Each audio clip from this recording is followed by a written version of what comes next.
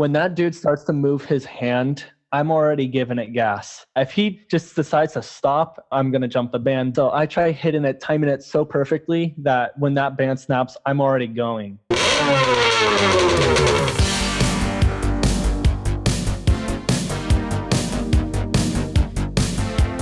Welcome back to Ride by Day, Wrench by Night with me, Cam Wise. This episode is a little unique. Today we're going to focus on how to get the most out of your ski and how some of the best in the business get ready to race. Now you might remember our interview with 2020 vintage class world champion Wyland Reden, but what you might not have known is that we've saved some of his top tips on engine and handling setup for this special episode. In our chat you'll hear all about Wyland's Pro Mod 550 build, including specifics on his pump, carbs, cylinders, pipe and everything in between. If you're looking to race with the best of them or just want to rip it out there on the water with your friends, then this chat has wrenching and riding gold for everyone. Get your notepad ready and let's get into it.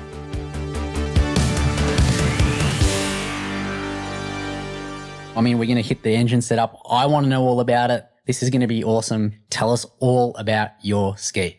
Okay, all right, so right now we have dual 46s as carbs, and they are reverse jetted, and we only know one person that can do that at the moment, and we have it tuned so well, it is honestly insane. And then we're running a West Coast cylinder, and the porting on it, we had a guy do it back east, and he did all by hand, all the porting he did by hand, and it is insane. Who is that? We're not running... Is that Greg Beaver? I think it's Greg Beaver, yeah, I think so. Bit of a guru? I don't know. Yeah. The dude did insane porting on it, and he did it for a cheap price too, which was a total good thing for us. And so the porting on it is absolutely insane. And then we're running a PJS pipe. We're running a Kaufmann pipe, a Kaufmann full pipe. We learned that those create great bottom end and great top end. How many rings? Like, have you cut the cone down, or is it still full length? It's still full length. Yeah. Yes. We learned that creates the most power on both sides, top and bottom. And we've tried PJS, we've tried West Coast, we've tried half pipes. Kaufmann is the best way to go. Kaufmann full pipe. I'll let everyone try it out. You guys will find that the Kaufmann pipe does work best. Very cool. Yep. And this is the beauty of it. You know, you can keep swapping different parts to find out what power you get or what speed you can get. So again, so you've got your carbs. What was your intake manifold? Because that would have to be custom. You'd have to sort of do a bit of work to make them fit or at least work properly. Yeah. So you're talking about on the carbs, right? Yep. Your intake manifold. On the carbs. Okay. We had those ported out, and it was also done by hand. Those are 46s too. They're pretty big. I can't remember the same guy who did the head, I believe, did the porting on the intake manifolds. What about the reeds? What reeds are you running? Oh, I don't know. We haven't opened those up in a while. I don't know what we're running there right now.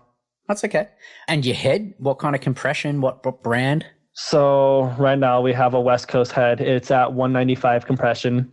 We like to keep it under 200 because 200, we're learning that it does more damage to the ski than helps it. Yeah. So we're running it right under the limit. Do you know what CC domes? Because they're interchangeable, right, on the West Coast heads? Yeah, we're running, I think, just straight 550, I believe. Yeah. I think there was, back in the day, you could change it, and there was like, don't quote me, it was like 28cc domes and 26cc. I can't remember. Maybe it was lower. Yeah. Could have been higher, but that's all right. Yeah. So what we learned recently at World Finals is that Olsen had a bigger motor. Like they run higher cc, but it's still classified as a 550. Mm-hmm. And so was Seth, but Seth didn't have time to put that motor in his 550. Right. So we were running it's a vintage class, not a 550 class. Yeah, it's a vintage class, not a 550 class. That's the best way to. And I guess the restriction is it still has to be a 550 hull, or can you race a Superjet square nose? No, it's pretty much all 550. There is classes you could race your Superjet in, but it's not the same as the 550 vintage class. Yeah, sweet. So, all right, we've gone from the head. You've got cylinder. It's obviously tapped for dual carbs. Anything special about the crank? Trued and welded? No, it's a normal lightweight crank. I don't even know what we have in there right now. We had to replace it last year along with the pistons. We do pistons like every 6 months in between the year we race because the pistons get worn out really fast. I don't know why, but... What's your go-to piston brand? What do you like to run? PJS, I believe. Wow. Like, well, if you got a secret stash of PJS ones, go for it. Yeah. If you can get them, PJS ones. I don't know what size those pistons are, but they're pretty big. Yeah. Well, you can always re-sleeve it, right? Like you can just... Yeah. We have to re-sleeve the ski right now, actually. I have to pull that apart. We have to tear down the motor again. So, yeah. And Waterbox. Kaufmann? I think we're running a Marinere Waterbox in there. Real tinny sound? Yeah. You've heard my ski probably. Yeah. A lot of you guys have. We have a 2-inch exhaust outlet, and it's really, really freaking loud.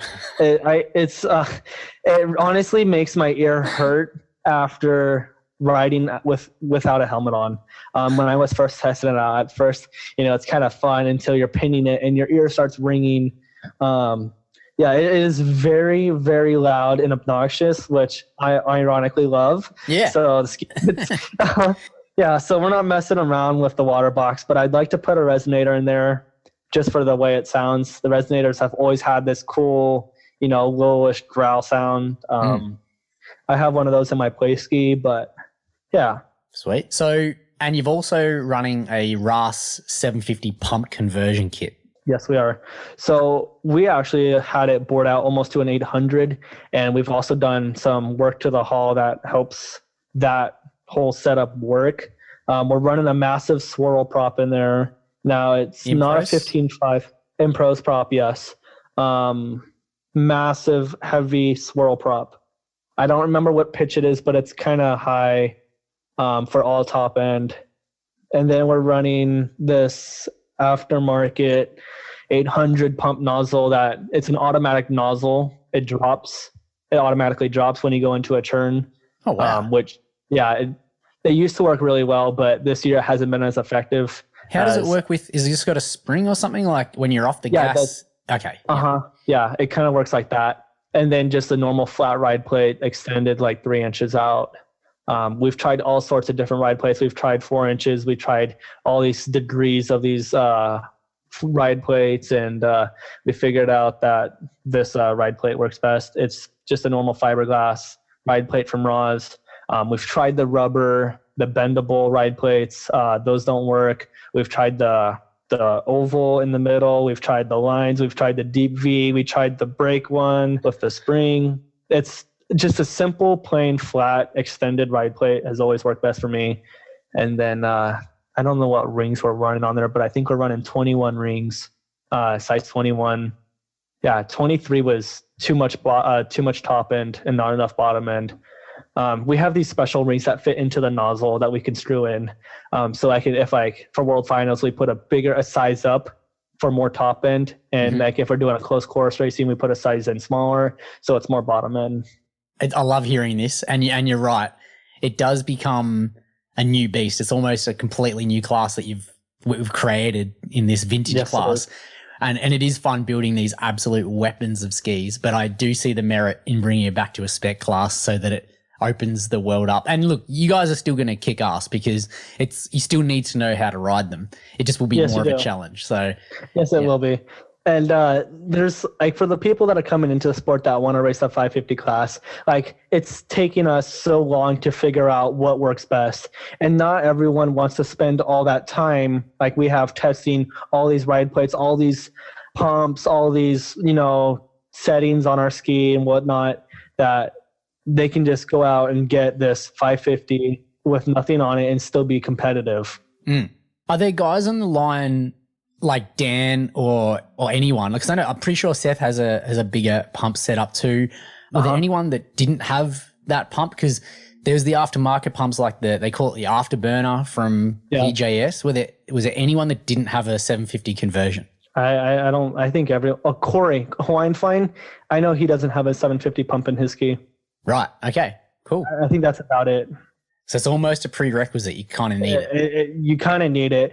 We figured out right before Prodonovich came out with the 750 pump, because the first year I did race, he did have the 750 pump, and he spanked everyone on his ski. Michael Prodonovich, number 2.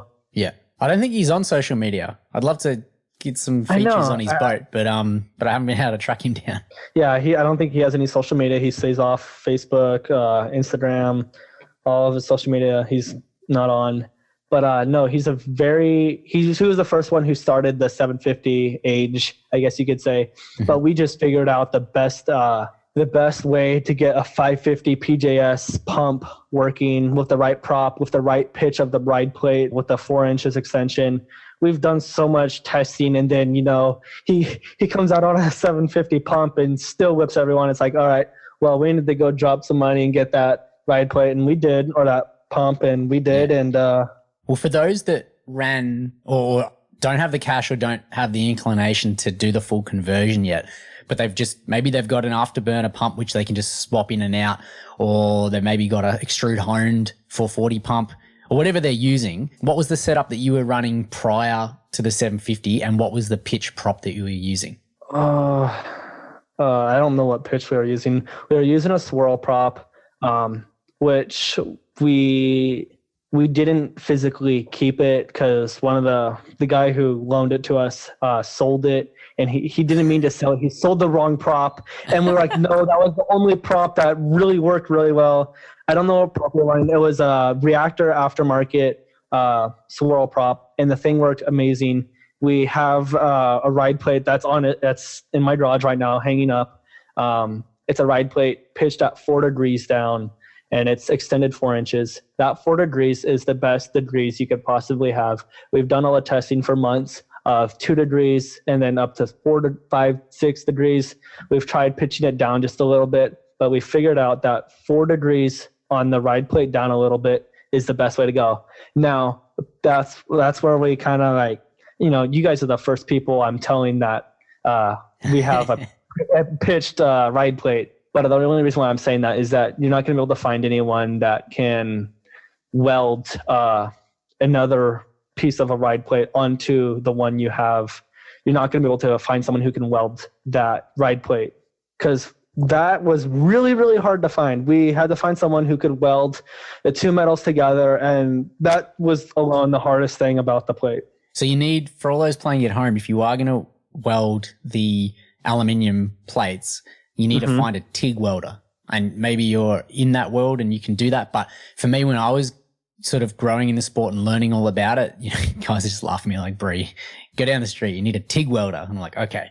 So I'd go there with they had the metal, obviously, if they knew what TIG welding was. And I'd say, can I have a little bit of an extension on this thing? And they had no idea what it was, but that was how I would modify my ride plates. And that's actually the one I'm using on my PJS boat now. The question I have for you is, how do you change the pitch or the degrees? Are you just putting washers in or spacers in the back two bolts? Or so what we did, we recently learned this year that I'm no longer need. So what keen thing is 2 washers on the ride plate. So we learned that. Jacobs did it, Fraschetti did it, and then so did a lot of other top riders did it back then. They'd put 2 washers in at the very end of the ride plate, which get it a little bit down, which would point your nose down a little bit. It would be driving forward instead of up and bouncing a lot. So we did that, plus a pitched ride plate. That was able to drive my ski into the water. So that's why it always was hooking up, always plowing through the chop. But now that I've gone heavier, I no longer need 2 washers at the end of my ride plate, and we don't need a pitched ride plate any longer. And what kind of sucks now is that we're not going to be able to run that ride plate ever again, because it only works for a 550 pump. And I'm pretty sure no one's going to be running a 550 pump competitively in the vintage class. Maybe the spec class. Yeah, but there's no hull modifications. You have to have a stock ride plate. Really? Yeah, Oh, okay. yeah, stock everything. We're making it difficult as possible. Yeah. I thought maybe stuff that was available back then, but yeah, this is really, really stock. This is going to be hilarious. Yeah. It's going to be funny to watch. So with yours that you would pitch down a little bit, were you Sikaflexing or using silicon to bridge that gap between the ride plate and the hull? Yeah, so we'd tighten it down really good. And then also if there was a slight gap, we'd stuff silicone in there so that there was no drag at all. And then what we'd also do is have that ride plate. It had to be like, if you sit on a table, there's just a little crack in between it, and it shows that it's at an angle. We had it specially welded just for that. So that alone was difficult to do. But once we did that, we found like the bread and butter. And it's like, oh my God, okay, we have the absolute perfect setup. Now I can go out there and beat everyone. Yeah. But ironically, that same year, Bogdanovich comes out on the 750 pump. For those guys that don't race, Wyland's talking about with the, the washers in the back two bolts for a ride plate, that's the go-to mod that you would use to stop porpoising. So when you get on a ski, if it's completely stock and you're wondering, why is this thing just bouncing up and down? It's not fun to ride. That's what you do. You put those washers in and it'll stick the nose down, keep hooked up, and it'll be a lot flatter and a lot more fun to ride. So there you go. Yep. That's 100% true.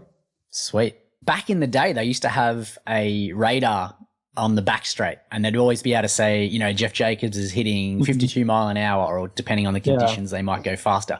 Did you know how much you were hitting, or the guys were hitting on the way around? No, but I'd say high 50s, not 60s, but I'd say around 55. The highest we've had my ski was at 56 miles an hour, and I thought that was pretty fast, but this year my ski felt like it did when it was 56. So I'd say we were around 56, maybe 54 miles an hour. How are you testing this? Are you getting the GPS on your phone or your watch, or you actually got a radar gun out there? So we have a couple things we do. So we have my GoPro that records the speed through GPS. And then I also have a phone on me that records GPS. And then we do have a radar gun, or we personally don't, but my buddy Charles does. He has a really nice, very accurate radar gun. And since we live on a lake, which is what I'm currently looking at, it's kind of nice. Yeah. So we'd go out on a glassy day, and I'd come straight at him, fully pinned when he's on the beach. And then I'd let off at the last second, make a really hard turn before I'd hit the shore and get an accurate reading. And that's how we kind of tested for speed. Well, if you're using all those three different methods, then I guess if you are hitting that mile per hour, then that's what you're doing. And sorry, tell us again, so we can put it on record. What's your highest ever on a 550? 56 miles an hour. 56. Wow. Yes. Yeah. Yeah. That is flying. That's fast. Yeah. That's very fast. It is. And how do you feel like you obviously want to get the most out of it, but are you feeling like, mate, if something happens, if I hit something, or I'm not sure if it goes to the side a little bit, you're going to be skiing on your own feet? Yeah. It's happened at fully pinned. I don't know if it's happened at 56. I mean, we only hit 56 on a really glassy day, so we knew we had a 56 mile an hour boat, but of course it's slower when it's choppy water because the ski is coming unhooked from water, which is about half a second every time. But when you come off one of those skis, it's either catastrophic and you're swimming for a while, or in my case, I try to hold on as hard as possible. No, I've been thrown from my skis, but I've always held on. And at Parker races, one of the first times I've actually had to let go. It's because I went upside down and it was dragging my helmet up and I couldn't hold on much longer. Yeah. But I guess that's the trick, isn't it? Because you want something that has good bottom end, but you can't always have both. You can't have a really awesome top end ski if you really want that bottom end grunt so that you can whip it out of the corners. Yeah. So what we were doing when we were hitting really high speeds on my 550, it didn't have a lot of bottom end, and that's kind of what we were shooting for, was a lot of bottom end. We've done a ton of testing, nozzle rings, pump shoes, intake grades, a lot of hull modifications, and then also tuning with the carbs, richer, leaner, bigger carbs, pretty much the whole thing. And we figured out a pretty solid spot. But it's not extremely fast. I'd say it's around 52 miles an hour, but it gets there fast and hard. Right. And I must make note that I think, I don't have it in front of me, but Jeff Jacobs, one of his fastest, we don't know whether it was real or was this an advertising campaign, but there's a picture of someone with a radar gun. The photographer is behind a guy holding the radar gun, and you can see in focus the you can see Jeff Jacobs coming at him like you described, coming at your friend. And then it says something like 57 point something. And yeah, for back then, it was unbelievable. But I must say that was unbelievable. Yeah, especially even though we've all heard the stories of him having bigger pumps that were, the next level of professionalism or, getting bigger impellers and whatnot. But nowadays, people can have 750. Is that something you're running? Yes, that is exactly what we're running. With those like pump modifications and all these like bigger upgrades, you can get bigger speeds so much faster. It just makes it a whole lot easier to do. Awesome. All right. So when you were doing that speed run, you would have had, like, I understand that if you've got a top loader intake grate, whilst it's awesome in the chop, it can be a little bit prohibitive for top end. So were you using a open scoop grate or no scoop grate at all? How did it work? What were you doing when you were doing that 56 mile?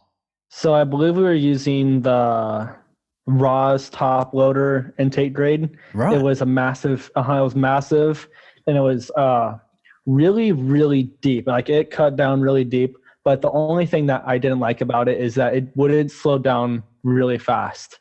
So I like to come into my corners really like at a high speed and then be able to slow down really fast, like last minute. And with that like intake grade, for some reason, even though it's shoving so much water up into the pump, it would just keep going. I guess because the volume's pretty big. But I mean, yeah. And I get that for racing, but on that top end like speed run, do you think that maybe held you back a bit? Do you think there might be a couple more or at least half a mile in it if you went to a more open, like on a glassy day, you don't really need it to be full top loader because you're not going in that chop. But have you tried it with different intake grates or is it not really an option? No, we've tried all sorts of different intake grades. We've tried shaving them down to be as thin as possible. We've tried different pitches of them to see if it just goes straight into the impropeller, if it's faster, or if it hits the top of the hull first and then goes into the prop. But that Rhaas one definitely had the most speed, but it wasn't the greatest one for my style. So we didn't use that one, and we're not using that one. Yep, fair enough. You got to play again to your strengths and use what you know and what's going to work best for your style. Yeah. Tell us about how much fuel you're putting in your ski, because you don't want to carry too much, or maybe you do to keep the nose down if you want that as ballast. But are you filling it up right to the top, or are you putting, sort of 3/4 in? Tell us more. We do about 3/4 in because by the end of the moto, we're around half a tank to, a quarter. And typically I like it getting lighter. I don't know why, it's always kind of just been one of my personal preferences. Yeah, we've always put like 3/4 in of gas in, and we've always been kind of satisfied with that. It still plows through water even if it has less gas in the tank. That's just the way my ski is set up. And is that because if you've got that little bit more in there, one, it's a little bit more weight. So again, it's that weight in the front, because we've heard stories of Jeff Jacobs putting lead underneath his gas tank. But on the other hand, if you maybe finish with only just enough, but then the pickups aren't getting it and you're throwing around your ski from left to right, it's going up and down, the fuel's being sloshed around, you don't want to have any issues with the fuel pickups. They're pretty thirsty, so you don't want to have them sucking air at any point. So is that another reason you've got that much in there, so it's always hooked up? Yeah, but we've also kind of learned that our races don't take a ton of gas as much you would expect to be. Like we do like only from 6 to 8 laps, and which really isn't a lot. So it's like a 13-minute moto if you're lucky. So it really isn't a ton of gas to burn through, but it's just enough to bring it down a little bit gradually. So we've never had a problem with it shortening out on the 550.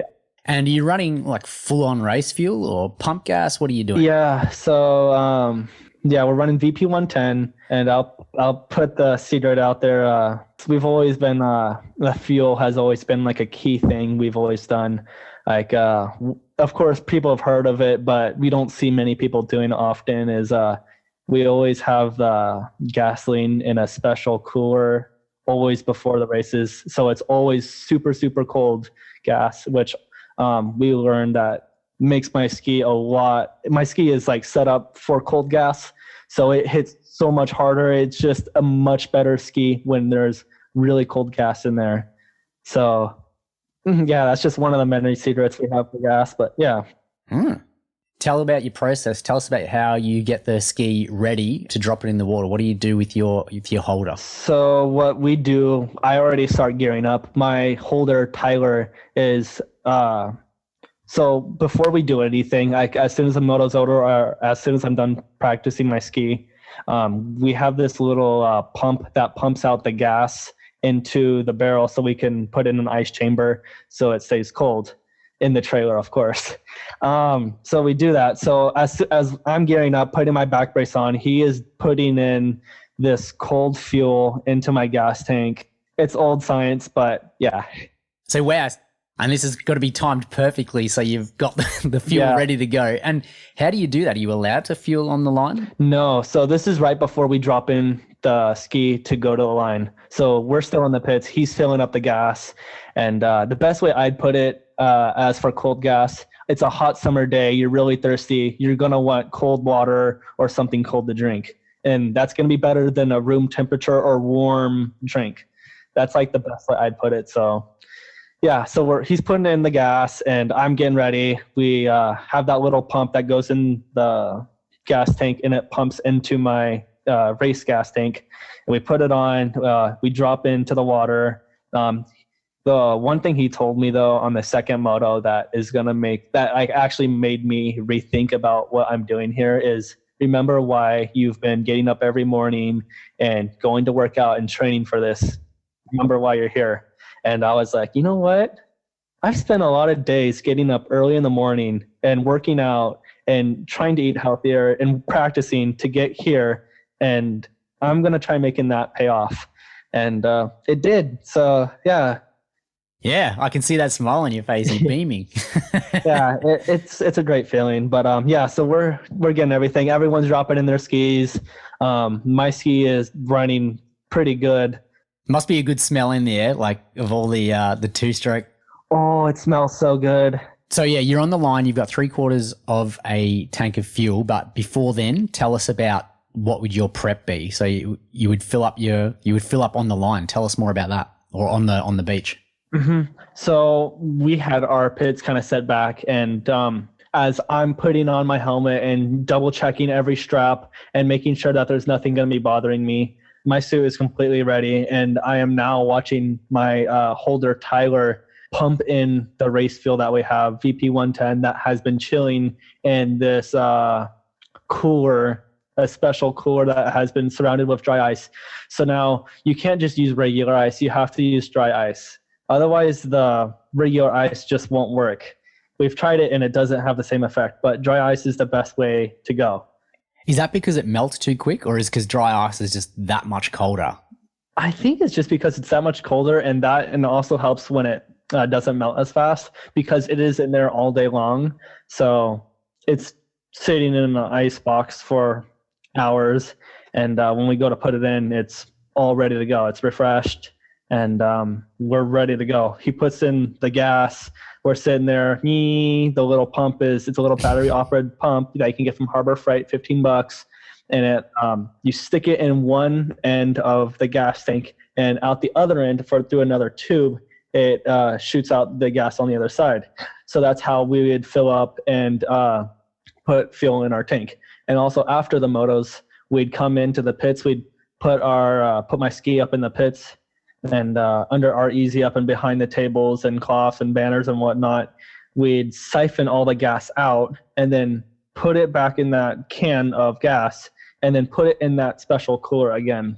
Is anybody else doing this? Like, are you reinventing the wheel here, or is this like pretty much a secret little weapon that you've got going? It's been a secret weapon that we've been using for years, and I don't think anyone's really caught on to it. And if they have, they haven't really given it extra thought. We've been using it for a long time, and I know people back in the 90s and 80s when it was big were also doing that. I love this. This is good. Yeah, it's old. It is. It's old science, and it's time to give it up because we've come up with better things for fuel now. But that's what we've been using, and it's very effective. So if you are wanting to race, it is very effective. Dry ice in a box, chilling it makes a huge difference.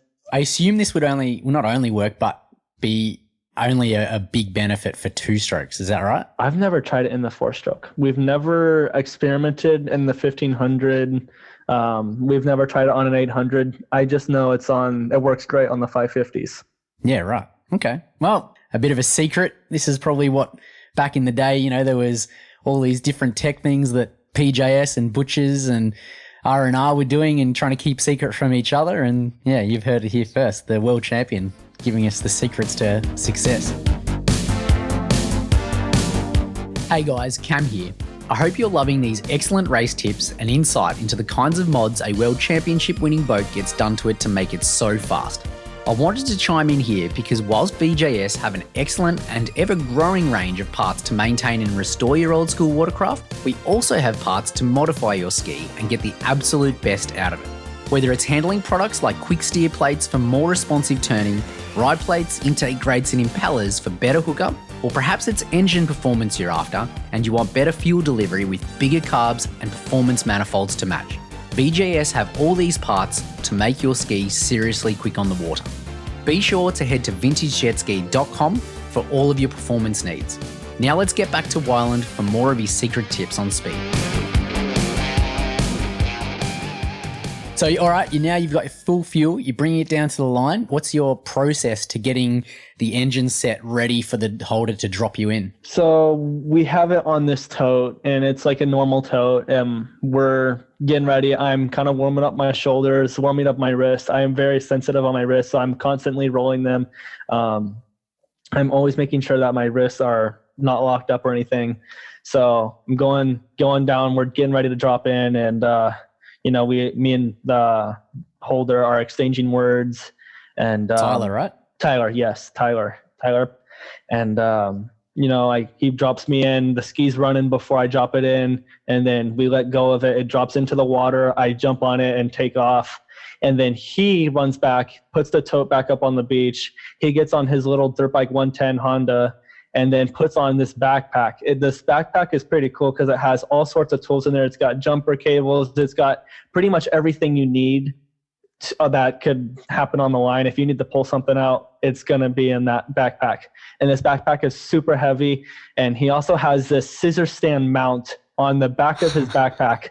So he is riding through the pits with this backpack on with a scissor stand hanging off the side of it. Mate, what a guru. Mate, I think everybody want him in their corner. Jeez, you're a lucky guy. Yes, I am. Very lucky. Very fortunate to have these people behind me. And so he gets down to the line pretty much before I do because I'm out there still warming it up. I'm warming up the motor, getting that cold fuel through my motor. And you could start to feel the power, like real power kick in. And I start smiling a little bit, of course. Yeah, I bet you do.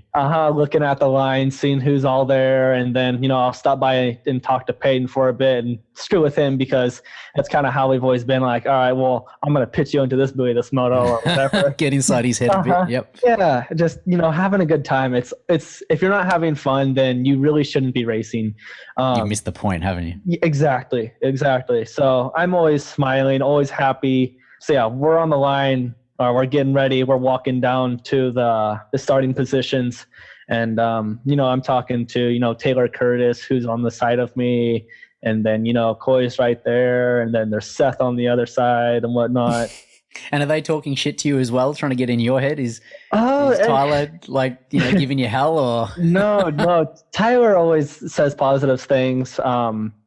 So he doesn't mess around with me. I know Seth does. Seth and Peyton kind of always have, and that's just kind of how we are, the three of us. We're always joking around. Yeah, so we're getting our game faces on. We're starting to focus in on what's going on. I start reading the water to see if there's boat wake coming because boat wake is obviously a major player on the starting line. So I'm scanning the water to see where I can try dodging a boat wave or something. That's always been one of my habits, is always trying to picture what's going to happen before it actually happens. It sounds complicated, but it really isn't. But a lot of this would become second nature because you've done it so many times and it's probably thrown you off. So now you're like, yep, if I can just be proactive to avoid that or use it to your advantage, then yeah. Yes, that you hit the spot right there. Proactive. Yeah. So we're all getting our game faces on. The race ahead of us is just finishing up. So when we get to the line, we automatically put my ski on the scissor stand before anything because my ski takes in water. I don't know where it comes from. Oh, yeah. Can I pause this real quick or not pause it? But like, to stop. Okay. So my first moto, the bilge pump popped out of the placing and it was bouncing around the motor compartment the whole time. So I had a lot of water in there. And what could have been really, really bad is that the wires would have got caught in the drive shaft since it's right there with it. There would have been a ground wire going around that could have started a fire or whatever. Ooh. But yeah. So we had that. We had that going on for 2 motos. But yeah. So. And when was this? Sorry, when did this one happen? Is this another year or? No, this is this year. This year. Oh man, so it could have been really bad. Yeah, we could have had a lot of problems this year. We had a starter bolt pop out. We had a couple bolts that came out of nowhere that we didn't even know where they came from. After the first moto, I came back in and we're just doing a rundown of the motor and there's like a couple bolts in the back and we're like, well, where do these go to? And then not to mention the bilge pump is on the other side of the drive shaft and it's like, okay. And then what Tyler also noticed that he never even told me about it is that the ride plate, the inserts are getting stripped so you can move my ride plate up and down now. Oh man. Yeah. And he don't want to tell you because there's probably not much you could do about it on the line. So it's exactly. Let's get it done. Don't get inside your head. You don't want excuses. Exactly. Yeah. So that's exactly what he did. He told me after the fact. I'm like, dude, I didn't even notice it. It was too choppy to notice my ride plate bouncing up and down. But yeah, there was nothing you could do for a new insert. Mate, what a warhorse this ski is. It sounds like, it's been through a lot and you've just wrung its neck on the, when it needed to be done and won. So, yep. Yeah. So back to the starting line, we're just dropping in the ski. I'm already turning the bilge on, but I never turn it on before we actually do the line because a constant thought of going through my head is that bilge pump is using battery and I do not want a dead battery. So until everyone else starts starting their skis up and we're starting mine up, I will turn on my bilge pump last minute and then we clear it out, of course. And with my exhaust setup, it's blasting the people next to us because it's not a curved one. It's just straight out the side. Yeah. I know it's not legal to have, but no one's said anything about it yet. So we're not going to change it yet. So I blast the people next to me with. I'm pretty sure Seth Sir's ski has twin outlets at the front nose. Is that right? Are they superficial or do they actually blow smoke from the sides? No, they both work. It sounds amazing. Yeah, he's got dual exhaust, and I've told my dad and pretty much everyone who's been helping me out, like, dude, I want dual exhaust. Seth's ski sounds so cool, and it looks. You only want them so you can, smoke up your competitor on the other side as well, can't you? Yeah. Put a little more oil in there and have a fog machine. Yeah. Just disappear. That's what I did with my playboat. Yeah, so he's got dual exhaust, which is pretty cool, but we're never going to be running dual exhaust. We have a Waterbox in there that just won't let that happen. And oh, wait, so it's not just a split from an exhaust. He's actually got 2 chambers like that old DiCorp system. No, we believe that he has a T-handle that comes straight up and it goes out both ways, like a bullhorn. Yeah, gotcha. Connects to the top of the Waterbox, so it's definitely custom built. Okay, very cool. Yeah. All right. So with your issue or not your issue, but your plan to chuck on your bilge pump at the last minute, I'm assuming because you're worried about your battery life that you're running a total loss system, yeah? No, we're not running total loss. We've done total loss and we've kind of figured out it's pushing the ski almost past its limits. And that's just not how we like to do it. Plus, there's no battery life, of course. You're constantly burning battery. We just really haven't been around using total loss. I mean, we've had it on previous skis, but we've never felt anything that we can't get out of the motor. So right now, I don't think my motor would be any faster with a total loss system. That's kind of like where we've pretty much put our standards at. And I will say Sespo is he has a great start, and he on that first moto he blew by me and Coy and Ron, who was next to me, and he made us all look pretty slow off the start. Yeah. And are you running a lightened flywheel, like a Jetnetics? Yeah. We also played with flywheels for a long time too. We had one that was malfunctioned with reverse magnets, and I wouldn't want to play with that. It caused a backfire so loud that literally everyone in the shop had their ears ringing. It was honestly like someone put a flash grenade in the room. Yeah, right. It was bad. So don't play with reverse magnets. Yeah.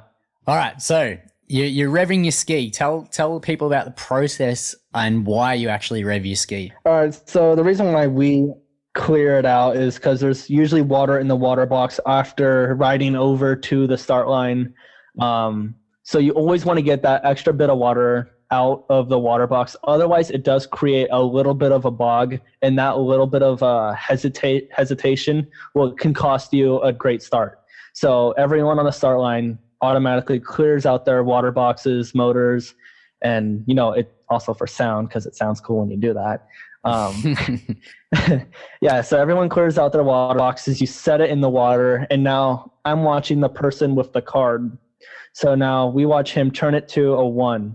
So when he does that, I'm already starting to look at who the guy on the band, and usually don't tell a lot of people how I watch the dude's fingers, but I'll say it now because I really have nothing to lose. I mean, it's taken me a while to pretty much master it. So when you have to pull like a little switch to release the band. And for years, everyone says, watch the band, just the band. It's always on the band. I also figured out a little better of a way that might have a slightly better chance. But if it doesn't work, you're jumping the band. When that dude starts to move his hand, I'm already giving it gas. If he just decides to stop, I'm going to jump the band, but usually it's not.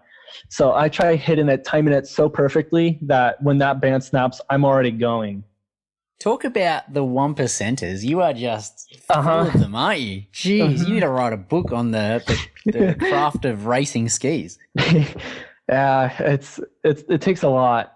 But yeah, when he starts moving his hand, I'm already preparing to leave the line. Is it the same guy each time, or is there a particular guy that runs World Finals? No, it's always different, which is always confusing. It could be anywhere from 3 to 5 seconds after that card has been switched to a number 1. And then anywhere in that time gap, that dude can move his hand, which drops the lever that releases the 2 bands on both sides. Because if it was the same guy and he's listening to this, I reckon he wants to do a fake next time. Oh, God, no. Oh, you'd probably see it grab my helmet and I'd be yanked back. Yeah, that'd probably happen. Just a slight little hesitation. Yeah, that's all it would take. So we have 2 separate splits. Yeah, so they have the inside split, which is typically what I prefer because it's a whole lot smaller than the outside split. The outside split is a really long way around. So the inside split is the odd numbers. So 1, 3, 5, and 7, and then 9 would be on the inside split. So those people would go to the green buoys this year, all the way through the green buoys, and there are 6 green buoys. And then the people on the outside, 2, 4, 6, 8, 10, were all on the outside. So they have 2 separate starting gates, basically. But the bands are connected to one in the middle, which releases all. And those guys on the outside have to go around all the way around a really, really long way, but they also get to skip a buoy because they have to go a really long way around. And they get to go jump right into the split before we do if they're lucky. Yeah. And did you already have a preference about which one you used? Is that because of, you've run it and you're like, well, this one seems shorter, or is it because you can carry more speed on one than the other? Yeah. So what I always prefer is the inside because it's a tighter and it's more my riding style, very aggressive, very short and up, coming very fast. I cannot sweep on my ski. I cannot have a long, easy, gradual turn on my ski. So it is very hard for me to do that. The way we have my ski set up, it is a snapping ski. It's either 100% on the turn or 100% off. So of course I prefer the inside rather than a gradual sweep on the outside split. So I was very happy and very fortunate that I got on the inside split. So what did you get in the end? You've got the title. Did you win any prize money? How does it all work? No, so there isn't any prize money in the U.S. Overseas, yes, there is for the pro class.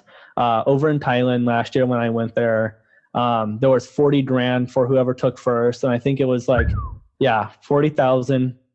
The King's Cup, right? Yeah, King's Cup, and then like 25,000 for second, and then 15,000 for third, I think, if I'm correct. Yeah, and then bigger money this year. Oh yeah, so check this. So this year, one of the kings, because the king died over there, I guess, which is pretty sad.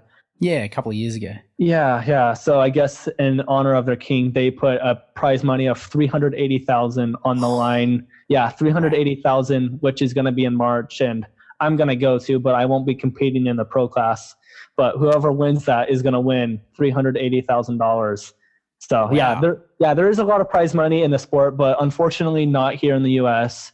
It's more of a respect thing, and it's just, I don't know, it's just out of memories and everything. Like when I came into the pits after we got teched and everything, Tyler was literally had tears in his eyes, crying, and I'm like, oh, dude, yeah. Well, he's pretty invested in you. Like it sounds like he's done such a great job helping you get there. So yes, he has. He's done everything for me. He's honestly been amazing. But yeah, anyway, so yeah, everyone was stoked. Everyone's like, oh my God, you just won.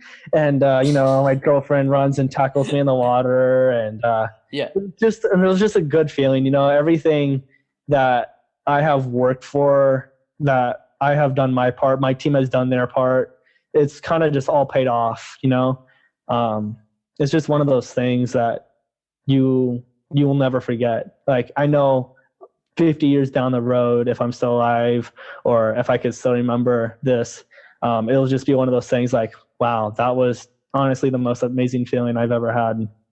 And like, not only does it mean a lot, like the title is the title, you are the world vintage class champion, which is amazing. But the fact that you've had 6 cracks at it and not got it makes it so much more important and more worthwhile. So it's so much sweeter. Mm-hmm. That's what makes it really one of those better feelings. It's not one of those things that you just hop in and win. Unlike, Seth, he had a couple years and he got it. So he got lucky. He did it last year, and I give him respect to that. He had the ski for it and he had the skill for it. So, you put the two together. And he's got a great team behind him. It seems like you don't just do it by yourself. You really need that support, or it certainly makes a big help. Yes, you do. Money's also a big part of it too. So, yeah. Yeah, true. So I saw that Harry Gocher and Jeff Jacobs were down there as well. Did you get a chance to bump into them? No, I saw Harry Gocher, but I didn't say anything to him because he was talking to a lot of people, and I just didn't want to, go steal him from everyone. Yeah, it's super exciting to have him back on the scene. He's certainly enjoying himself, and everyone seems to be really happy to see him back and having fun on a sport that's given him so much and that he's given so much too. Yeah, definitely. And then we saw Jeff Jacobs on Monday at Body Beach, the after party. Pretty cool seeing him there. He would have been pretty stoked for it. Yeah, he was pretty cool. Now he said the pressure's on me for next year because I have to defend my title. So yeah. So that's like one of those things like, all right, well, with this title comes responsibilities, and that's to be able to hold it.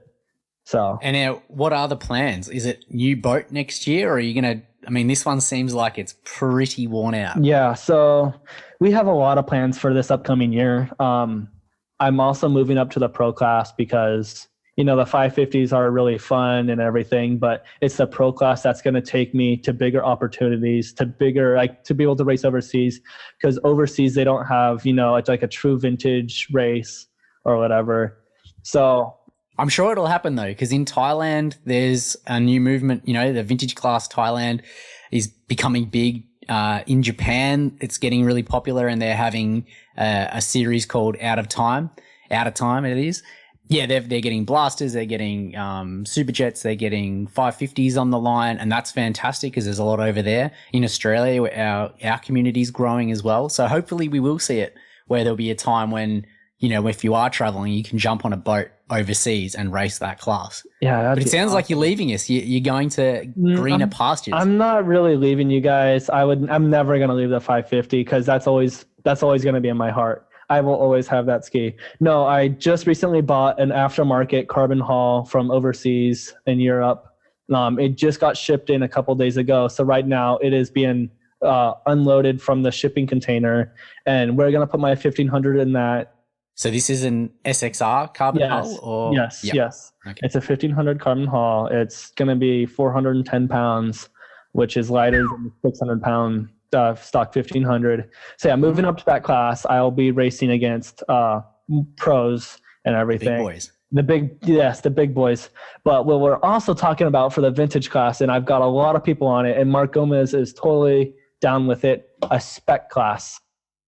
So like breaking it up so that you've got, you tell me more about it. Yes. So I've been talking to a ton of people about it, and this is the year that I wanted to make it happen. No sponsons, no handle pull, stock haul.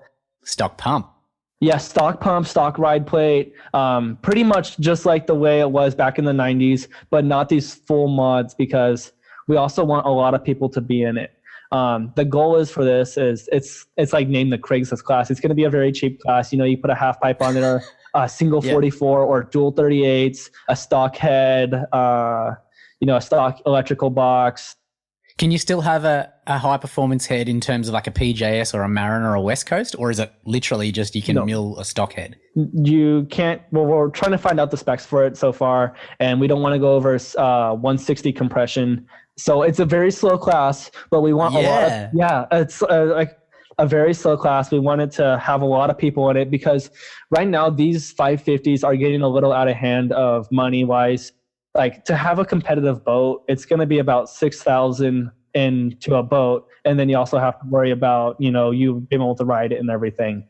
So that's about what it takes. So we're trying to come up with a class that's $1,500 and under, and that anyone can go out and buy just a 550 and go and ride and race it and be somewhat competitive. Yeah. So Mark Gomez is totally down with it. He said he'd drop everything and race it. All sorts of people are saying that they'd love to do it. And that's what I think is going to make a huge difference, is that's going to bring more people into the sport. That's going to bring those older guys that like to ride their 550 into the sport to race. Everyone can have a chance. You just have to be able to survive on the 550 with no sponsons or anything. That's so cool, man, because I don't see, it's not a problem. I don't want to say it as a negative, but there is a barrier to entry. And for a new ski, you have to have the money, and it just means that it's not as easy. You might have the money, but your mates might not have it, or you can't buy one for your girlfriend. But if you can get something for, relatively cheap and just get it reliable and get on the line, or even just go out and have fun on the lake, that means more people are going to get involved in the sport. More people are going to get the bug, and they're going to buy a new 2021 Superjet or a 1500, and they'll get there one day. But it just means you've got a lot more people in the mix. And I think this is a great idea. I'm really excited to hear more and support it in any way I can. If we can get the word out there through the social media channels, then let's do it. Yeah, we're definitely doing that this year. I already talked to Rhaas, who puts on the race series. He said, if you can get 6 people on the line, it can be a full-time class. So that's what we're going to try doing. So there'll be 550 unlimited and then 550 spec. And, I'm not going to be racing the 550 unlimited because we're putting my motor up. But what we're going to do is save it for World Finals next year so I can go back and retake the title again. That's what the initial plan is. So I'm not leaving that behind. But at the same time, I'm also going to be focusing on the pro class on my aftermarket ski. Fantastic. Yeah, so I already have a ski for the spec class. One of these guys just donated it to me. So I'll be racing that with no sponsons, no tubbies, old school. I should say true 550 vintage class, not with all these sponsons or handle pulls. Oh, look, these upgrades are phenomenal. Like they do make these skis handle so much better, and it means that people can ride them to their max. However, you're right. There's something special about going back to the way it was. And I think having 2 classes means we're the best of both worlds. You can do both. Yes, exactly. So if you have the money and you want to go race the 550 unlimited, go right ahead. No one's holding you back. You're still going to have to worry about Seth and Coy, of course, and Andrew. But even Andrew is online with spec class. He said he pretty much already has a ski for it. I was talking to him about it, and he said he loved the idea. So I think we're going to get that snowball going and make it into a big class. Fantastic. That's so cool. Well, yeah, I can't wait to see it grow because that is the next step, get these skis out there and have some fun. We're going to leave it right there. And I think you'll agree that there was some helpful information about what the modern day champions are running under their hood. I also hope it inspires you to make some changes to your current setup and squeeze the most performance out of your own engine. And how great would it be to see that spec class? Bringing the sport back to its grassroots, as well as having a place for the true pro mod skis, I think is a genius idea, especially for the purists out there who believe these skis should be ridden the way they were built. Now, if you haven't already and you wanted to find out more about Wyland's 2020 win, you can go back to episode number 4 for the full story. As always, we really hope you enjoyed the show, and to make sure that you're the first to hear all of our upcoming episodes, don't forget to hit that subscribe button. We also love hearing your feedback and interview suggestions too, so please feel free to reach out and get involved. The best way to do this is either through Instagram @VintageJetSki, or you can email us directly at podcast@vintagejetski.com. So until next time, legends, ride by day and wrench by night.